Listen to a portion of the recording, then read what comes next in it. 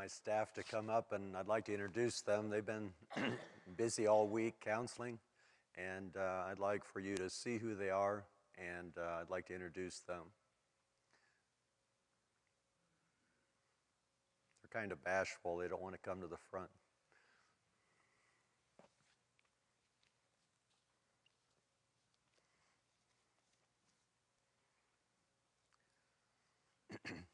Most of you are not aware of the fact that each of these individuals were involved this week in some form of ministry helping. Most of them were involved in counseling all week. This is my wife, Barb. We've been married 45 years this summer, and this is about the 110th week-long seminar we've been involved in the last 17 years. I think it's more than that. She thinks it's more than that. It's at least 110. It was our privilege to have Lois Repna from Pennsylvania, Mifflin Town. And she and her husband came a number of years ago and got training, and she's involved in counseling in her community. And they were missionaries in Ontario for years at Red Lake in that area. And I'm glad that she came. Merv and Marion Tuplin just decided to get on a plane from Ontario, or Edmonton, Alberta, Canada, and come down for the week and visit friends. And I decided to put them to work here. And they've been busy counseling this week.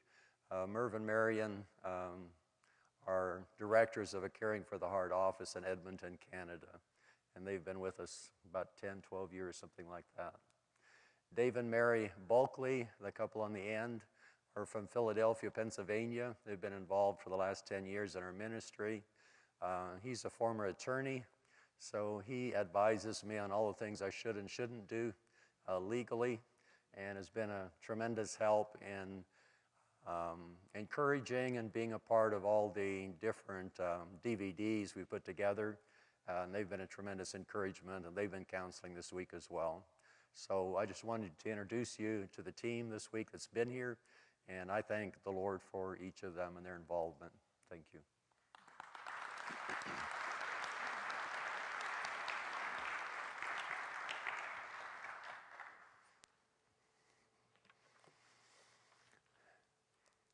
I'd just like to share a little bit of information about the resources.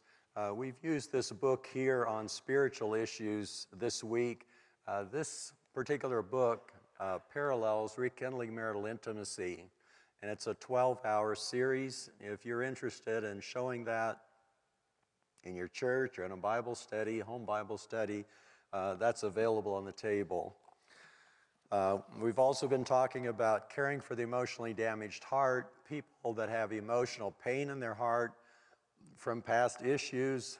This series is available, and we should have had the others match. This one matches, so you can see this DVD goes with this particular workbook. Tomorrow evening, we're going to be talking to the young people about preparing for marriage. This is a 12-hour series, along with 7 testimonies of couples who were involved in resolving their issues before they got married. The testimony that we're going to share in just a minute is the testimony of a couple where she was emotionally damaged severely by her parents' marriage, and the conflict and the anger and the criticism and the perfectionism in the home. And emotionally, this girl totally closed down and was depressed at 99%, and she came into the office with her fiancé, struggling because she didn't know how to tell him about their family problem. And he, being a Mennonite, was kind of a quiet guy. You'll see him on the screen in just a minute. He struggled to know what to do with her issues, and I showed him how to care about her heart. I showed him how to care about her pain, and within 6 months, he had cared about her heart and prayed with her in such a way that she lost all of her pain. 2 years after their wedding, this testimony was given, and this particular girl couldn't find her pain anymore because her husband had cared so much about her heart in the first 2 years of marriage, and she was still on a honeymoon, emotionally connected to her husband after 2 years. And I'd like for you to listen to that testimony, because it's a testimony of what I'm excited about, helping young people resolve their issues that we're talking about before they get married, so that a husband doesn't step on the wife's pain, the wife doesn't step on the husband's pain, but they care about each other's issues. On Sunday night, I made the statement, every person has a problem. That doesn't sound very good, but everybody struggles with something. And in this first session tonight, we're going to talk about how a husband steps on his wife's pain, a wife steps on the husband's pain, and emotionally it disconnects the relationship. And every marriage, to some degree or other, does that. But if you identify what is the issue in my spouse that I need to care about, what is the issue in my life I need to care about, and you start working through those issues and you understand them, and you have one person caring about them, what happens is it flips a couple on a honeymoon where they emotionally experience being understood and cared for. And that's the last topic we're going to talk about tonight, is how do you develop an emotionally connected relationship. So we're going to start with this premarital couple and from Indiana, and I'd like for you just to listen to their story, and then we're going to talk about how do you actually turn a relationship around from conflict to actually finding fulfillment with each other.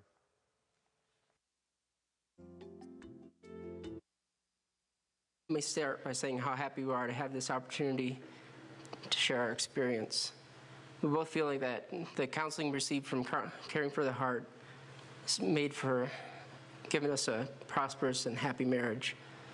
The counselor helped us to see each other's hearts and to help us find the healing for our emotional pain.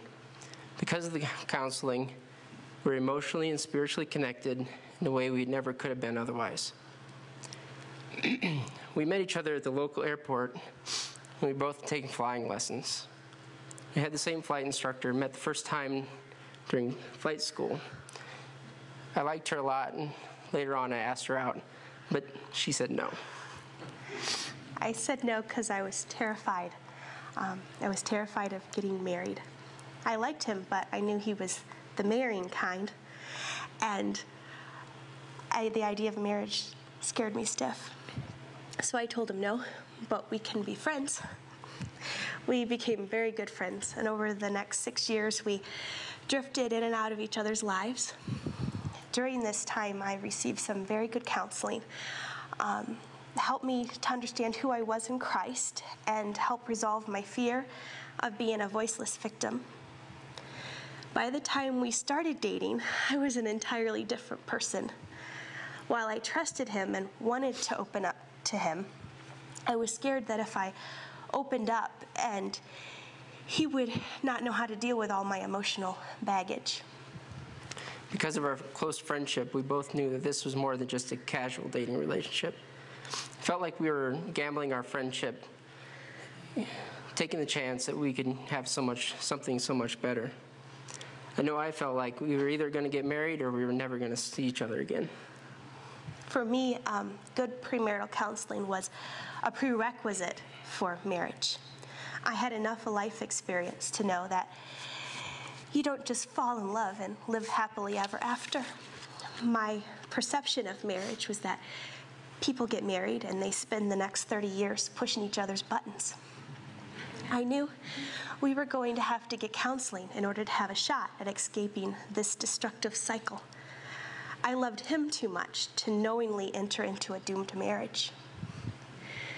I had previous experience with Caring from the Heart because my parents had gotten counseling 10 years earlier.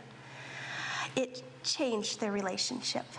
It revolutionized my dad's understanding of my mom's pain, and it emotionally connected a couple that had literally worn out numerous counselors.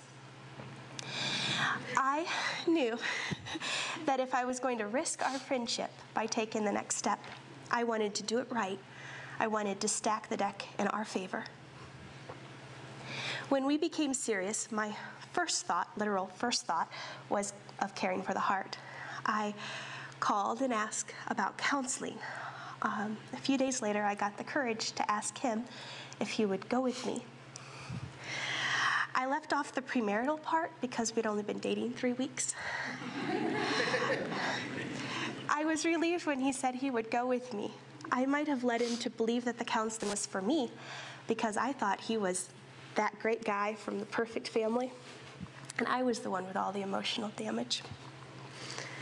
I knew her well enough to know that she'd had a rough childhood, and so going to some counseling didn't seem like a big deal. As our relationship progressed, we realized that I would need to get some counseling of my own. The counselor helped me to address the symptoms of my problems, but it wasn't until I went to Caring for the Heart that I was shown that there was the cause behind those problems, and found out that healing was available, not just to prevent the symptoms, but to actually fight the disease. So when I asked her to marry me, we were both very excited. I just knew she was the one for me, and I knew we were going to be happy together. When he proposed, I said yes, but I was still scared. I knew I loved him and knew he loved me, but all I could think was, I sure hope this works out. I wanted to let him in, but I was petrified that if he knew how broken and how damaged I was inside my heart, he wouldn't love me anymore. I had the ring on my finger, but I was counting the day with the counselor as the true test on whether or not we would make it to the altar. So the time finally came for us to go to the counseling. I was nervous, but also very excited. I wanted to throw up. I was scared of facing the pain that I knew would occur when I started to deal with the issues in my past that was causing all the fear and insecurity in my present. I knew I loved him, and if we were going to have a chance at happily ever after, I needed to find healing. I was going to have to tear all the bandages off the wounds. It had to be done. But if it had not been for that wedding date hanging over my head, I don't think I would have had the courage to face the emotional pain. When we were leaving, I asked her what some of the things were that we'd be talking about, but she refused to answer. I remember him asking that question. I didn't know how to answer him. I wanted him to be in the counselor's office, sitting in the chair, when he found out how messed up I was. I think my refusal to open up unnerved him. I remember he consolingly told me, if the things in my past didn't affect our relationship, he didn't need to know. I remember thinking, doesn't affect our relationship? Everything affects our relationship. It's who I am. And then, oh no, he's gonna run. The look on her face told me that I hadn't been taking this nearly as seriously as I should have. But it was also the face of the person that I wanted to marry, and I knew I was going to be there for her. So I walked in the counselor's office basically blind. I didn't know what we were going to talk about. And as it turned out, I didn't have a clue as to how differently the counseling style was from anything else I had ever experienced. The first day was kind of awkward. I think we were all just feeling each other out. I remember my legs shaking. I was very nervous. I couldn't figure out why I was so nervous. We spent the first day going through our family and church backgrounds. We went through the personality tests that we'd taken online prior to going out. I'm sure we went through a lot more, but that first day is just a blur. I walked into the office a little sick to my stomach. I remember everything being really laid back and mostly just the getting to know you stuff. The counselor started the conversation by telling us that unless we were able to emotionally connect, we shouldn't get married. I was expecting this. This is why we were there. I also remember that the counselor used the word if when referring to our marriage plans. While we were just chatting, chit-chat, my aversion to gifts came up in passing. I know gifts were on my mind because of all the shower plans and the gift registry expectations.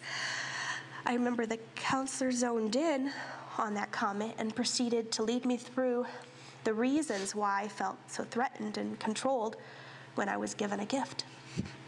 It was the oddest thing because I remember thinking, out of everything that's messed up with me, we're talking about gifts. It almost seemed irrelevant, but I think it was a crack in my armor, a place to start. I had the assignment later of purchasing a gift for her as if she were a little girl, a gift that didn't have any strings attached. It may seem like a weird thing to do, but as we went through with the counselor, it made perfect sense. I remember I bought her a My Little Pony, some stickers, a coloring book, and some crayons. That night as I went to sleep, I remember wondering what he was going to get me. I was all excited, but a little nervous that he was going to get something really dumb, and that I was going to have to pretend I liked it.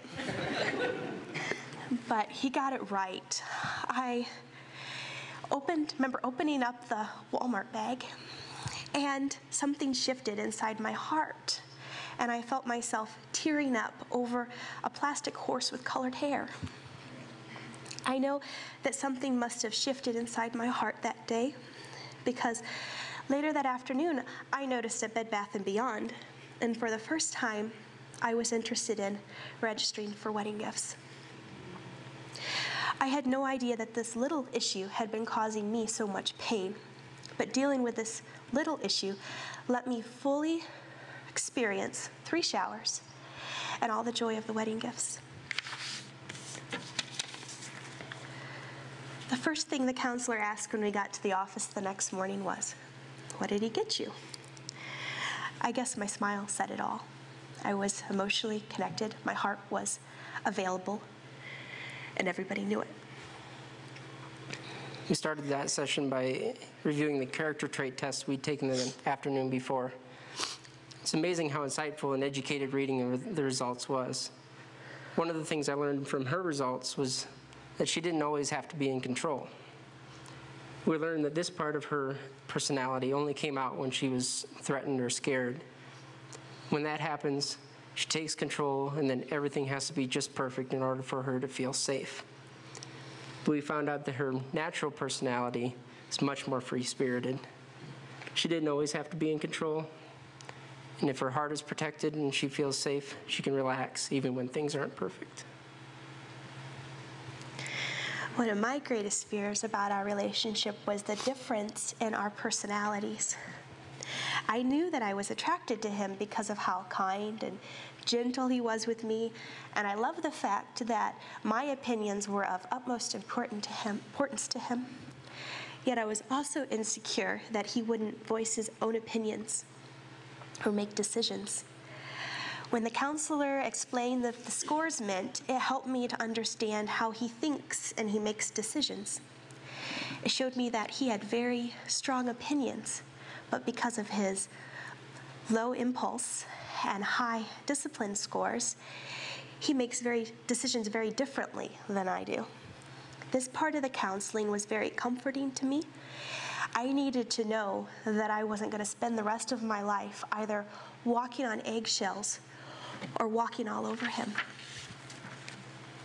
The day before, we'd also been giving a list of pain words to go through and put a value 1 through 10 on each of them. When I saw her list and all of the 10s, I was blown away.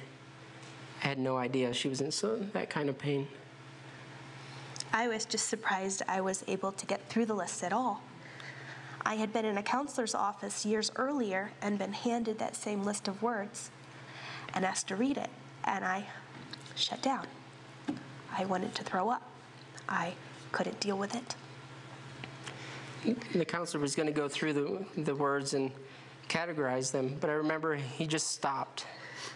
He said there was just too much pain, that there needed to be healing before we could continue. So he looked through the list and picked out something. I don't remember what it was. He started leading us, or more accurately, leading me to lead her through a prayer of healing. That style of prayer was a little strange at first, but became more natural as we got used to it. I felt overwhelmed with fear at the thought of praying for healing. I knew I was a believer, but it often felt like an imposter when praying. God felt so far away. I was scared that I would ask and wouldn't get an answer. That if I poured my heart out in a puddle, my pain would be met with silence. As we prayed, I was led to ask Jesus for a word picture. My fear and insecurity overwhelmed me. I panicked. There was no picture. I felt like a loser praying to a heaven made of bricks.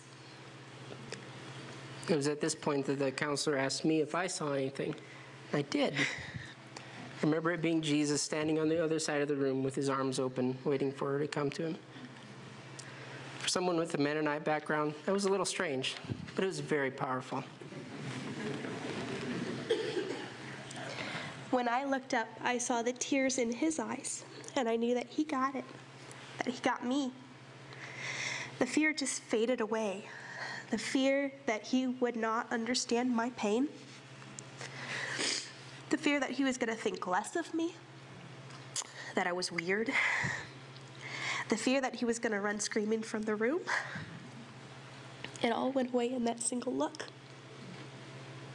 In that moment, I knew I had a champion, that he would be a spiritual leader for me, bridging the gap between Jesus and my pain. She experienced a tremendous amount of healing that day. After we left, we went for a picnic, and it was obvious that she was exhausted and just emotionally spent. So she laid down to take a nap, and I sat down to started reading, thinking she'd be asleep for hours. But 20 minutes later, she woke up and said she felt like she'd slept for hours. We talked for a bit, and then she said she was ready to order the wedding invitations. She'd known exactly which invitation she wanted for months, but hadn't been able. I could see the tremendous weight that had been lifted off her. When we got to the office the next day, it was different. She was different. She was no longer afraid. She was no longer emotionally locked. She was carefree, nearly euphoric. We laughed a lot that day. The counselor worked with us on how to connect emotionally and how to reach each other's hearts. We also spent time going through his pain words. The counselor led us through a prayer of healing for him.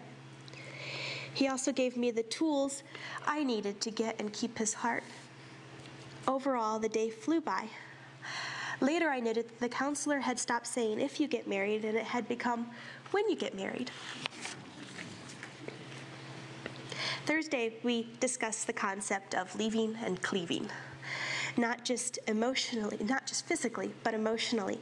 We had to become emotionally dependent on each other and not on our families or friends. He showed us how important it was to remove unhealthy people from our lives. I discovered that because of my own insecurities, I was attracted to self-involved, needy people who never gave back.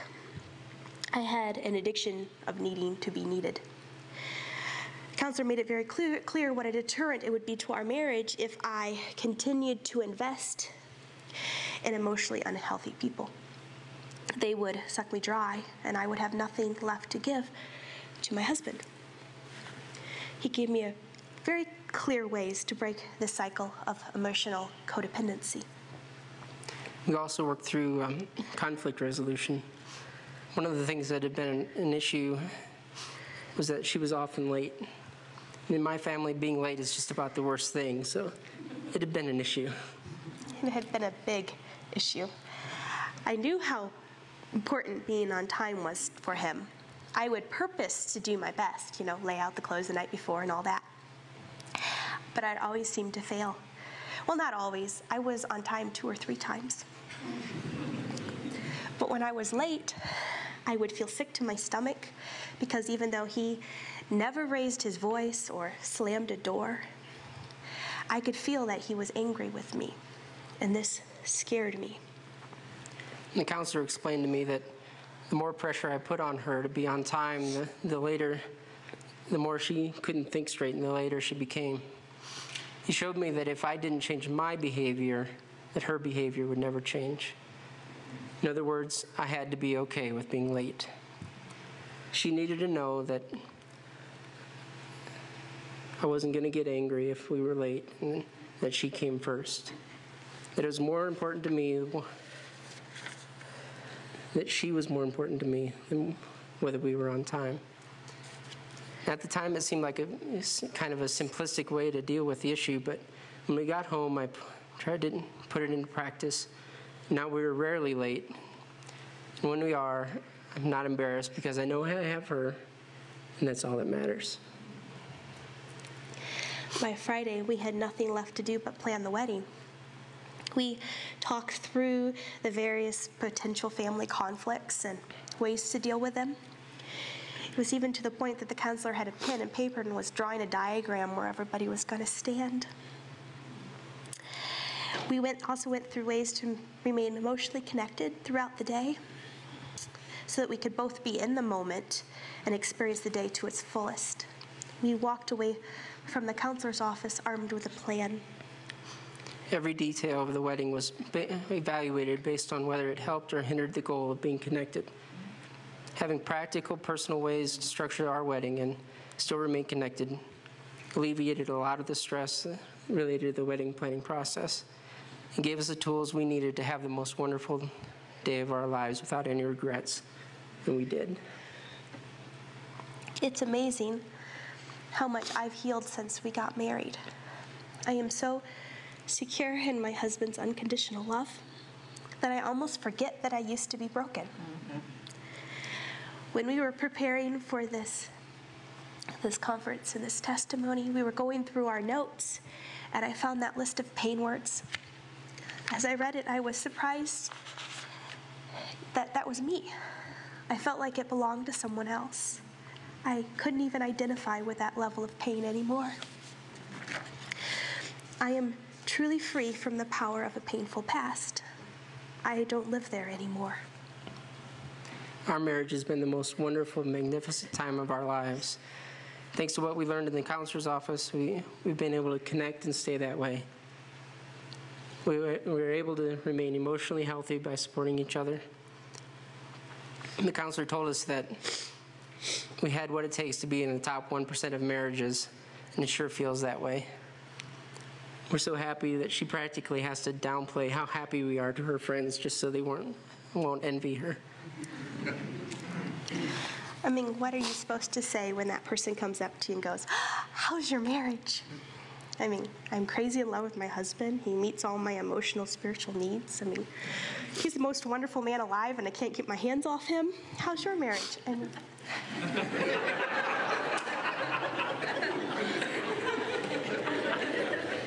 Looking back, we know that it wouldn't have been possible without the counseling. Without it, we would have been pushing each other's buttons and wouldn't have had any idea what to do about it. Instead, when she's upset, I have the tools I need to get and keep her heart. I learned that if she gets upset with me, it's not just necessarily that I did something wrong, but just that I stepped on a pain button. We can figure that out, work through it, instead of taking it personally and fighting back. we're so happy. It almost seems like we've floated through these first 2 years of marriage. I'm not saying we haven't had struggles or disagreements, but when they occur, it's nice to know that you have your best friend on your side, that you're in it together. They have your back. Thank you again to Caring for the Heart for this opportunity to share our story.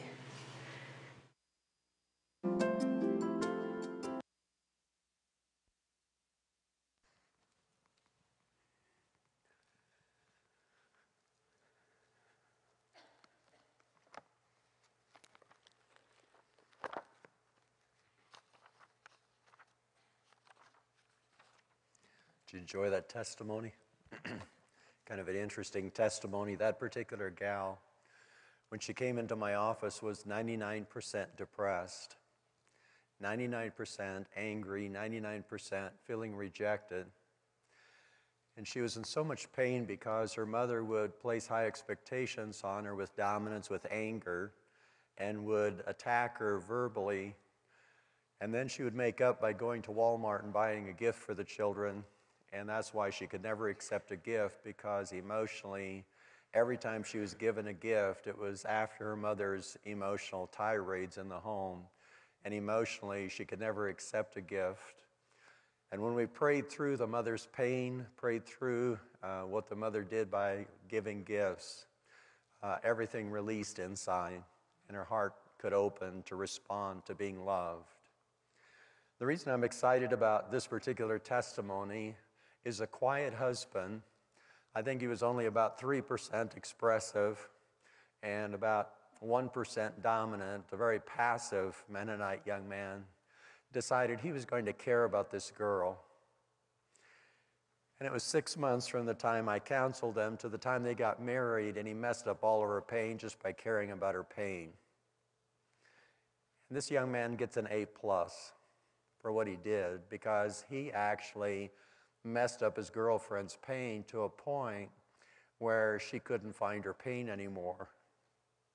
And 2 years after the wedding, they're still on a honeymoon, and she's still feeling the connection with him, which is very, very rare for couples to be on a honeymoon 2 years after their wedding. We're going to talk to the young people tomorrow night. How do you actually do that? It's a little bit scary to resolve your issues and open your issues up to the person you're getting married to before you get married. But it's interesting, when we're helping these young people prepare for marriage, they're resolving issues that I spent 30 years working through and finally understanding 30 years after our marriage. And it's exciting to see young people take that step to resolve their issues.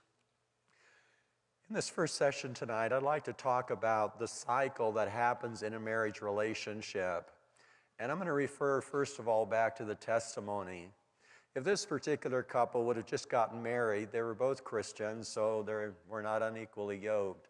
If they would have gotten married before they resolved their issues, every time he criticized her, she would go into a depression cycle, be self-focused, get angry, and emotionally shut down. When she shut down, then he would not know what to do, and he would shut down, and they wouldn't talk for days. That's what would have happened, and a cycle would have started within their relationship where he would step on her pain by being critical like her mother was. Then he would stop talking, causing her to feel rejected, and there would be a cycle that began in their relationship. And that cycle would continue until somebody helped them understand and resolve that issue. In every marriage, there's a cycle. In every marriage, it's a little bit different. Let me give you the cycle that was in my marriage. I grew up in a Mennonite home in Kansas on a farm, and my father damaged 4 areas in my life that led to depression. He was a perfectionist, dominant, angry, and would lecture if you didn't do it quite right. And emotionally, I started disassociating whenever someone pressed those 4 pain buttons in my life. I married my wife. We went to 3 pastors for counseling before we got married 45 years ago this summer. And they basically talked about communication. They talked about the importance of being on the same page financially, and they didn't say anything that was bad, but it didn't help anything that we needed. In reality, because we already knew how to talk. That wasn't our problem. But my wife was going to marry a guy who was driven and depressed. When I was driven, I was working hard to accomplish whatever. I was a pastor, so I worked hard as a pastor. If I was depressed, I was self-focused on my pain and couldn't connect to care about my wife. What I didn't know about my wife is she came from a home where her mother paid attention to 4 brothers. And those 4 brothers got everything, but when my wife needed something or asked for something, she was always told by her mother, there's no money. And her mother never connected with her. Now, I didn't know that when I married my wife. In fact, I didn't know that for 30 years. So when I was driven or depressed, my wife didn't get attention. And I didn't realize for the first 21 years of her life before I married her, she didn't get attention either. So every time she didn't get attention, she would be critical and angry. That was the pain I got from my father. And she would step on my pain, causing me to be depressed. When I was depressed, she didn't get attention. When she didn't get attention, she became more critical and frustrated. In the first 10 years of our marriage, about every 2 months, we would go to bed and she would start crying. And I would say, "What's wrong?" She says, "You care about everybody else, you don't care about me." And I would spend 10, 15 minutes convincing her I loved her, and we'd go to sleep. 2 months later, come up again. I didn't understand that my wife had been emotionally damaged as a child, and when I was depressed or I was driven working, trying to be faithful as a pastor, I was stepping on her pain. And it started a cycle in our relationship that continued for the first 10 years. Then I read a book on 101 Ways to Love Your Wife. I took her out on Friday night dates, and we talked about the church and we talked about our kids. I didn't know how to connect to care about her. With the result that she stopped crying, I thought, well, I must have it now. I got it all figured out. The only problem was I didn't understand what my wife's emotional need was until 30 years into our marriage. At that point, I was counseling other people, and I was trying to figure out what are the issues in people's hearts and lives. And I was thinking about our own relationship, and I all of a sudden realized that we had a cycle, just like every other couple, a little bit different than others. I was stepping on her pain, she was stepping on my pain. And I remember the Saturday morning, we had just gotten up, and I looked at my wife's eyes, and I said, "There's a little girl that never got any attention all of her life. Your four brothers got attention, but you never got attention. Your mother never focused to care about her only daughter. Is it possible that I could care about that girl?" I saw tears streaming down my wife's cheeks as she, for the first time, had somebody understanding and caring about her pain.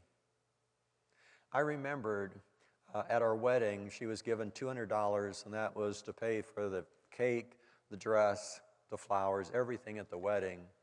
Her mother took her brother to get a $125 suit, and her mother never saw her wedding dress until the day of the wedding at the church. She was not interested in even looking at it.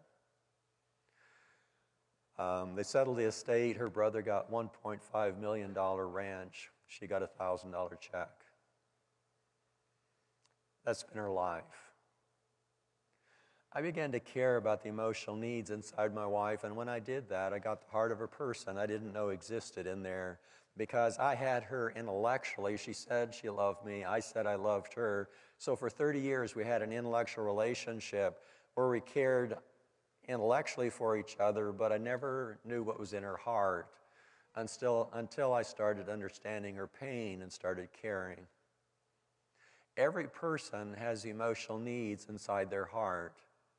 You can ask anybody in this audience tonight, put in one word what your emotional need is, and every person sitting here can define what their emotional need is. My wife's need was for attention. She never got it until I woke up 17 years ago. Every person also has emotional pain inside their heart. And if you ask a person, put in 3 words what your emotional pain is, how have you been damaged? What hurts inside? They can define that. Some people say, I've been rejected. Some people say, no one's ever accepted me. Another person will say, nobody ever pays attention or understands me. Or everybody hates me. And there's specific pain that every person carries. Now, I've been looking for the first person that doesn't have any pain. I haven't found one yet. No one's ever raised their their hand in an audience like this and says, "John, I don't have any emotional need. I'm totally okay." Now, some detached people will say to me, "I don't have any need," because they have no feeling. They have 2 problems. They don't have any feeling, and they have emotional needs, but they've never allowed themselves to feel it. But if a person allows themselves to feel, every person has a need to be loved, a need to be cared for, a need to be understood. There's something else that I began to understand, and that is the fact that whatever our pain is, specifically from our childhood, it repeats itself in our life. If you were to ask me, John, when were the periods of your deepest depression? There were 5 of them when I stopped talking. It began when I was 13, 14 years of age, in my second pastorate, in my third pastorate, and 8 years ago, were the cycles of pain. And those cycles of pain always had the same 4 pain issues in them. Let me just illustrate with my wife's life. Every time my wife is emotionally neglected and not given attention, she struggles inside because that's her core issue. Now, the fact that I know that as a husband, I know how to care about that now. I know how to fill that cup. I know how to meet that emotional need. And being a human being, sometimes I fail. But my wife needs a husband who connects to care about her heart and to give her the attention no one ever gave her. Now, if you're married tonight, I would like for you to start a process. We're not going to finish it tonight because it takes sometimes weeks and months, but I want you to start understanding the person you're marrying to. If you're dating, I want you to start understanding what's happening inside the person that you're dating. And I want you to start asking questions directed to the heart, not to the head. Questions directed to the head are questions like, how are you doing? Fine. You have any problems? Nope. That's a head question. Focused on the heart is if you ask your spouse, what is your deepest emotional need? That if I met it, would make you the happiest person in the world. What do you struggle with inside? What pains have you experienced in your childhood, in our relationship, that causes you to struggle inside? Can I start caring about that? And if you find an issue, I encourage you to do what I call a we prayer, we in parenthesis, where you talk to Jesus and you say, Jesus, my wife never got attention. Jesus, can you draw a picture of her heart damaged by not receiving attention? Or my wife's mother was critical of her and was a perfectionist and never accepted her. What Naomi's husband did was he prayed, Jesus, my wife, or my fiancée at that time, is struggling because her mother was always angry. And she would attack my daughter in homeschool, and then she would go to Walmart and buy her a gift to appease the pain she caused. And my fiancée can't accept a gift. She can't receive a gift. Jesus, how would you heal that pain in her heart? Can you bring peace to her heart? And because he cared about her pain, he messed up her problem. Because he led her in a prayer and let Jesus heal her heart, pretty soon there was no more pain and she couldn't find any more pain on her pain sheet. Now, I'm going to be walking you through a process in this first session to show you the cycle that occurs in a marriage. Our adult reactions are often caused by pain we experienced early in our life. The things that we react to in our marriage as adults usually is tied to childhood pain. 90% of the time, we marry our worst parent. And so if you reacted to criticism and anger as a child, you're going to react to criticism and anger in your marriage. It's almost always the same. If you couldn't stand a parent who controlled you, you're not going to have fun being controlled by a spouse or by anybody else in the church as far as that's concerned who's controlling. If you struggled because your mother was depressed, you're going to struggle with anyone that you talk to that's depressed. If you remember Naomi's testimony, I warned her because her mother was always depressed and angry, I says, be careful that you don't spend time with depressed people because just like your mother drains you, every day for the first 20 years of your life, you're going to find that other people drain you, and pretty soon you're going to be focused on your pain and have nothing to give your husband. And I tried to help her understand that so that they fed each other, cared about each other, so she wouldn't get depressed and overwhelmed with that.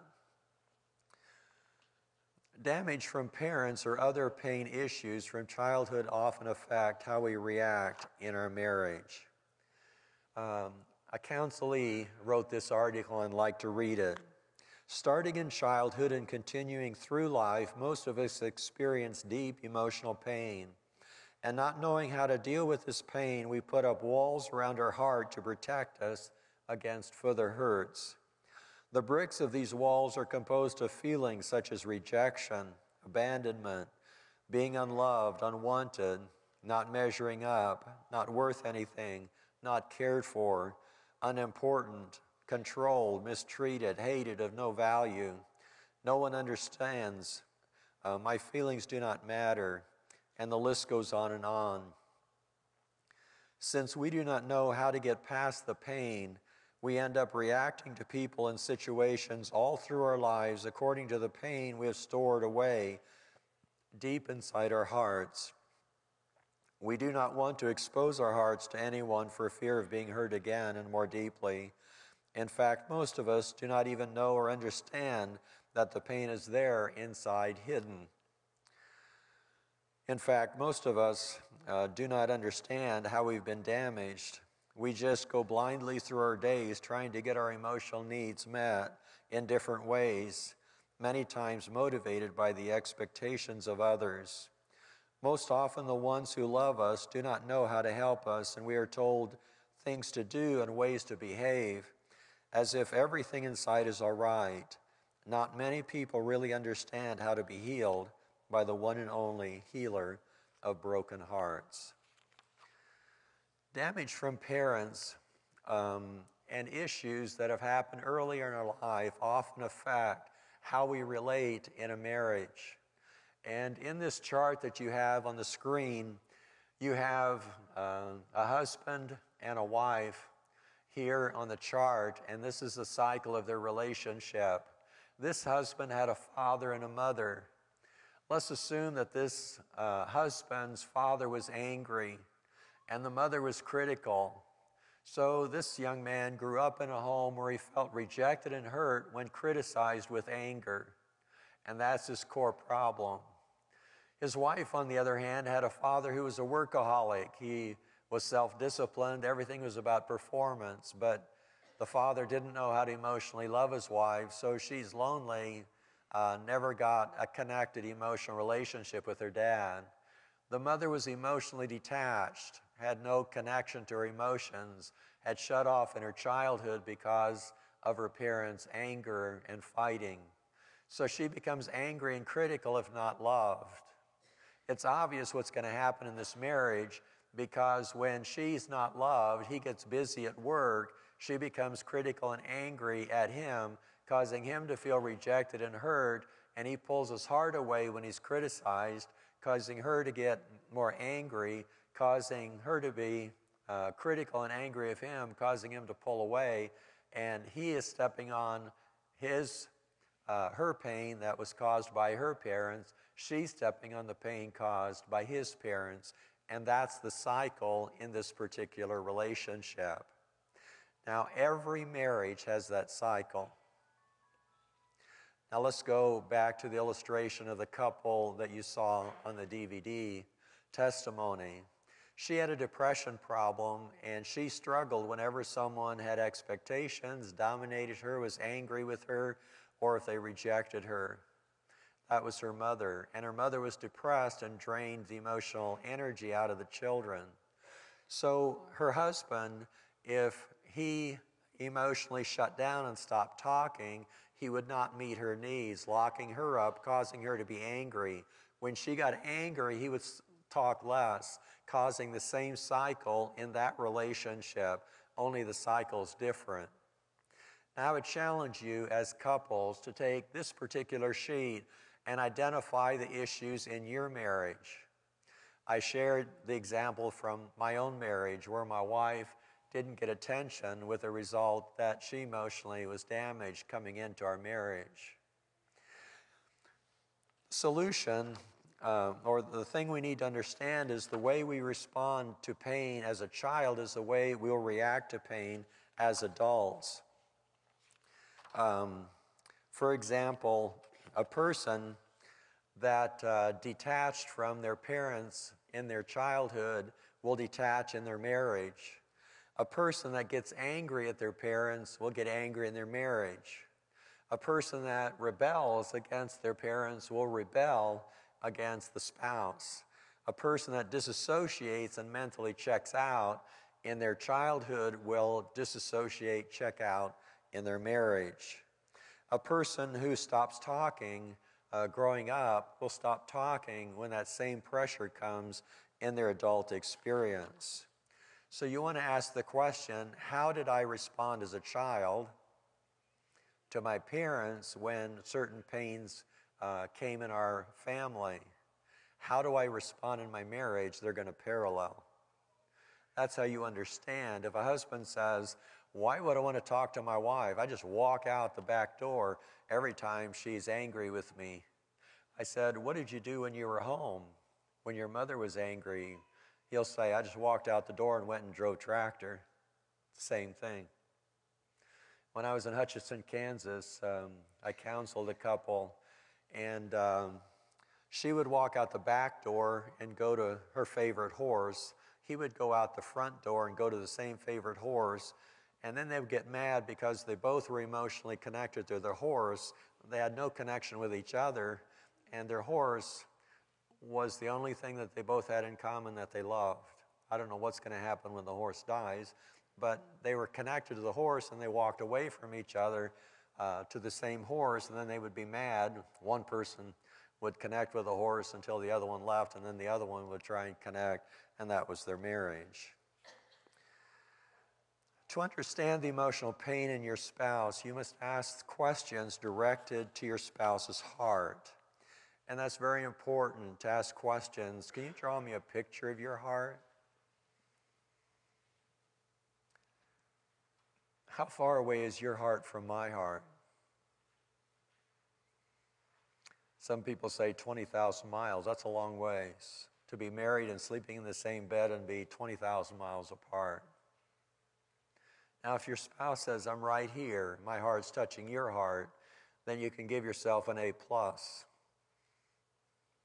But if your wife says, my heart is in Australia, you've heard it so bad, that tells me something's wrong.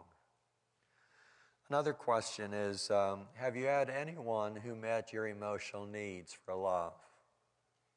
Did you give your heart to anyone? It's amazing how many people will say in my office, no one has ever gotten my heart. I've never trusted anyone with my heart. Nobody's ever really cared for me. It's probably 1 in 4 will say that in my office. Did you ever have your parents damage your heart where you pulled your heart away? When you start focusing questions directed to the heart, and by the way, you received that page of heart questions tonight, and you can pull that out. The ushers should have given you one. They have extra copies if you didn't get one. But if you focus to direct questions to the heart of your spouse, you're going to begin to understand what's really happening inside your spouse's heart, and then we want to start caring. Then I would encourage you to take a chart like this and start identifying, how is my husband damaged by his father? How is my husband damaged by his mother? How was I damaged by my mother, my father? What did I become as a result of that? And how do I react in my relationship that actually locks us emotionally away from the other person? Now, in order to solve this problem, we need to reverse the cycle. It's very simple. Instead of damaging each other, we're going to reverse the cycle to begin caring. Naomi was rejected by a depressed mother who was angry and controlling. Her husband needed to care and say, I don't want to control you. I just want to care about your heart, and I want to make a safe place where no one controls you, Nobody interferes with your development emotionally, and I want to care about that. Actually, what happened in this particular testimony, Naomi's mother's family always fought at every wedding, and everybody tried to control. So the family sent Naomi's parents on a cruise the week before the wedding so that the mother couldn't make any decisions. In my office, I said to this young man who was 1% expressive and very passive, I said, would you stand up at the rehearsal dinner and say, this wedding is Naomi's wedding. She's the one who planned it. This is her special day. And I want all of you to respect the decision she's made at her wedding. You know why I had him say that? I knew the mother was going to jump in and try and control. And if the mother didn't control, she felt rejected. Sure enough, at the wedding rehearsal, after the groom made the announcement, the mother said, why doesn't anybody let a mother make decisions in a wedding? What is the problem? And she reacted. She called me the next week and she says, who makes all these new rules for weddings? And I said, I did. I told your daughter that because you were 99% dominant, you were 99% perfectionist, and your daughter was down at 5% dominant, and she had been emotionally damaged so bad that she couldn't even receive a gift at a shower. She was in so much pain. She couldn't even get married. I said, you damaged your daughter so much. I told her boyfriend, I want you to protect this girl, and he chose to do that, and I'm very proud of him. In fact, you ought to be proud of him as well, because he actually messed your daughter's pain up that you caused. She was quiet, and she says, I guess you're right. Now, what was I doing? I saw a girl so damaged she couldn't even get married. She was scared to death to tell anybody about the horrible things that happened in her home, and they were bad. Nobody wanted to talk about them, and she was horribly messed up in her heart. But I found a young Mennonite guy, that was the guy you saw, who decided he was going to care about this girl and he was going to mess up all of her problems. He did, by caring about her heart.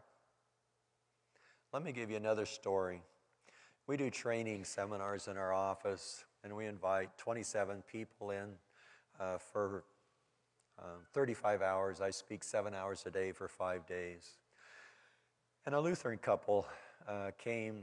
They were pastoring a church. They'd been married 55 years. Why someone 75 years of age needs to listen to me, I have no idea. They're way wiser than I am. But here was this 75-year-old couple. They'd been missionaries in Africa, and now they were pastoring a little Lutheran church in North Dakota. They came in, and I looked at her test, and she was depressed at 99%, and she was angry at 99%, and she felt unloved, and she had all the worst score you could ever imagine. And I bring people to the front in those training seminars, and I have the husband face the wife, and I find out what's happening inside the wife's heart. And I had the husband say to the wife, you've been depressed, haven't you? And she says, yes. You've been angry? She says, yes. What caused your depression? And she began to describe what happened in her home. But she says, when I started dating you, you began to care about my heart. And even before we were married, you actually prayed for me and messed up all my pain. And I've never been depressed one day in 55 years of marriage. I was shocked when I heard that.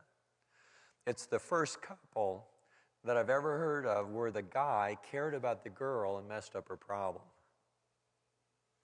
When I saw that, I got excited because if any guy says, I'm going to cleanse my wife, I don't care what the issues are, and I want to make her a beautiful girl. The Bible says we're to cleanse our wives as Christ cleansed the church. You don't cleanse someone by yelling at them. You cleanse them by caring and understanding their pain and praying with them, resolving the pain inside their heart, just like Naomi's husband did to her in the film. I got excited when I saw this Lutheran pastor and his wife, because that's the image, that's what I want to see in every couple. I want every wife to care about her husband's issues. I want every husband to care about his wife's issues, and reverse that cycle so that fulfillment can come in their relationship with each other. In order to care about your spouse's heart, you have to understand their pain and the source of their pain. This is not about criticizing parents, attacking parents. It's about understanding people's pain that they experienced. Then we need to understand their reaction to pain. If they had angry parents that fought all the time, what did that do to them? How did it affect them? Some children get depressed and just stop talking. Other children get angry. Other children start fighting along with their parents. And then you have to understand what his or her emotional need is and begin meeting that need. Often people ask me the question, John, what is emotional intimacy? What is emotional connection? What does it involve? And I have to be honest, I have difficulty explaining that. But I often use an illustration. Our daughter Carissa, who lives near Hutchinson, Kansas, had a little son. It was her first son. His name was Seth. We were in Hutchinson for a conference the week that she delivered Seth. And my wife and I went to the hospital, and I saw Carissa holding her first son. And she kept looking at Seth's eyes, and Seth was looking at the lights, just kind of staring off into space, and never focused on her eyes. But Carissa kept looking at his eyes and trying to connect with him. But he never connected. 2 months later, we were coming through Hutchinson on our way to another conference, and we stopped to see Carissa, her husband, their family. And again, Carissa was holding Seth. This time, she would look at his eyes, and after 2 months, Seth focused back with her eyes, and a huge smile came on Seth's face. Because Carissa, a mother, was giving attention to her son, the son was starting to respond now that he was 2 months of age. Now, all of you that are mothers know what I'm talking about, because you've experienced that. You try and connect with your baby on the first day, and it doesn't happen. So you have to wait a couple months. And even brothers and sisters try and get a kid to smile when they're 1 month old. And it usually takes 6 weeks, 2 months, and all of a sudden, they can start connecting. They start respond to attention. Do you realize every wife needs her eyes looked into to be cared for? Every wife does. Every husband does. Now, if you look at your wife's eyes and you connect with her and she looks the other way, you know no one has ever connected to her eyes to care for her. Something has locked that up. If you have a friend and you look at them in the eye and you connect with them and they can't do eye-to-eye connection, something has damaged their heart and they can't respond. Okay? There's a second thing that I think is important, and that is to hold them close emotionally. I watched our daughter, and I'm sure my wife did the same thing. I watched our daughter take Seth when he was uneasy, reacting, whatever, and hold Seth close and snuggle with Seth until Seth settled down and relaxed and cuddled with her. Do you realize every wife needs to be cuddled? And I'm not talking about sex here. I'm talking about emotionally. She needs somebody to hold her close, to make her feel secure. Over the years, I've tried strange things with my wife. I remember one day I took my wife into my arms and I said, I don't think that a girl whose mother never gave her attention and the mother kept disconnecting her relationship with her daddy ever got a bear hug. I said, would you like a bear hug from your husband? I think little girls need bear hugs. And I took her in my arms and I held her just as close as I could, and I thought she was going to say, "Quit breaking my ribs. You're holding me too close. You're holding me too tight." You know, she didn't say that. All of a sudden realized my wife had never been held close and connected to. I learned something else about my wife. The third thing is to affirm with statements. Now, every mother has a problem of exaggerating with their children. Have you noticed that? Just go to the nursery in the church next Sunday, and grandmothers or mothers will say, "Isn't that the cutest thing you ever saw?" They'd exaggerate. I mean, you know why God designed mothers and fathers to exaggerate with their children? A child will not feel rejected if you exaggerate your love for them. I think that's why God allows us to do that.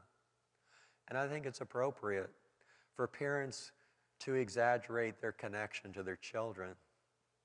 The problem is, in Mennonite culture, we don't praise because praise causes people to be lifted up in pride. So in our culture, we don't praise. The only problem is that's why our rejection score is so high in this culture.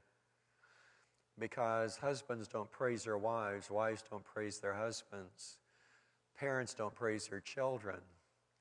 We're disciplined, but that ingredient causes an increase in rejection and depression in our culture. So I'd like to encourage you to do these three things. I want you to focus your eyes on your spouse tonight and just connect to care. Watch to see what your spouse does. I want you to emotionally hold your spouse, connecting with them to see if they can enjoy feeling that emotional connection. And I want you to exaggerate your affirmation and praise in affirming statements and watch what happens. Now, you can mix any of those three. Every mother mixes those. There's nothing wrong with mixing it with your wife or with your husband. But when you start doing this, you find out, is your spouse open to connection, or is your spouse emotionally damaged and can't respond? What are the steps to resolve this cycle? First of all, I would encourage you to spend time, 5 minutes once a day, focusing questions directed to another person's heart, to your spouse's heart. Now, you might be here and you say, "My spouse has passed away," or "I'm single, never been married." That's okay. Take a friend that's the same sex you are. If you're a gal 30 years of age, find another gal 30 years of age and start focusing these questions, because these questions are merely understanding another person's heart and caring. That's all they are. And everybody wants to be emotionally loved. So take this list of questions and focus to care. Then understand the cycle in your marriage. And what I would encourage you to do, spend some time next week just taking this chart out and identifying the cycle in your marriage, what happened with his parents, her parents, and what happened in your relationship.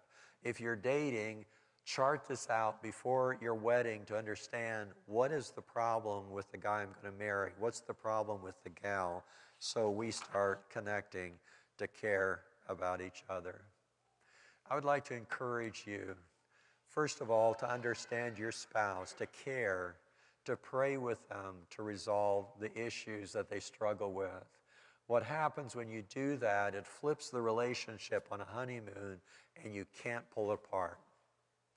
Now, people wonder, why do 90% of the people coming into my office for 15 hours flip on honeymoons? It's because we're resolving the spiritual issues, we're resolving the emotional pain issues, we're understanding the issues within the heart, and we're using prayer to resolve all of those issues. And Jesus heals their heart, and two people's hearts open, and then they connect in relationship, and they start having fun in a way they've never experienced before. And that's emotional connection, emotional intimacy. And that's what we desire for people to experience. turn it back to Pastor, and then we'll have a break, and then we'll go into the second session. My favorite testimony will be shown right after the break. It's a couple that fought for 3 decades in their marriage every day. He made a decision. He actually made a financial decision, and they lost $250,000. And she got angry with him, and everything shut down. They had moral issues unresolved, and they fought every day. And they came into our office and flipped on a honeymoon. It's my favorite testimony. It's from Arkansas, and you'll hear the Arkansas, the way they talk there. I enjoy listening to them. So we'll have that after the break. Pastor, why don't you come?